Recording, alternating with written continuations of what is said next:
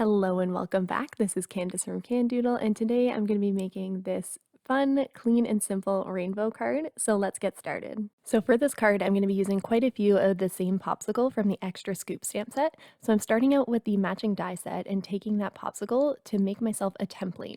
So I just took a piece of regular 110-pound cardstock and cut that die from it. And this is going to serve as my template to stamp all of the rest of those popsicles. So here's the extra scoop stamp set, and I'm going to get out the popsicle I'm going to use and line that up and make sure it's nice and centered on my die cut puzzle piece that fits nicely into my template. And I was making sure I was happy with it before I go on to stamp the rest of them.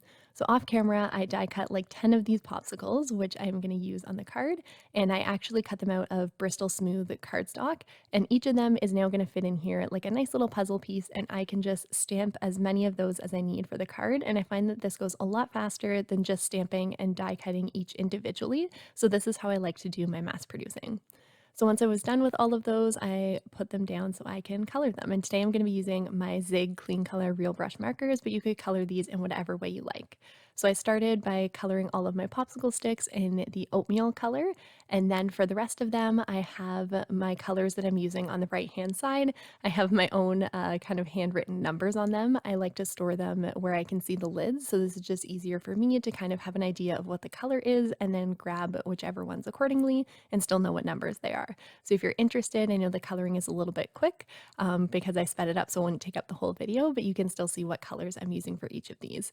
I decided to color these in a fun summer rainbow, but you could color them in whatever colors or mediums that you prefer.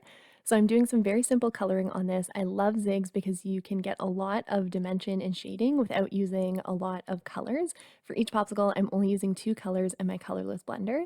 So I came in on the left-hand side with my darkest color to add some shading, and then I kind of just pull that out with the second color, and then finally come in with my colorless blender to kind of pull both of those colors to the right-hand side. And I really like using the colorless blender because you don't have to worry about finding a third or fourth or fifth shade that matches the other 2 shades that you were using. You can do a lot with even just one color of zigs. So I find it's a really nice medium to work with, especially if you're not great at blending colors, because that colorless blender, which is full of just water, really does a lot of the work for you.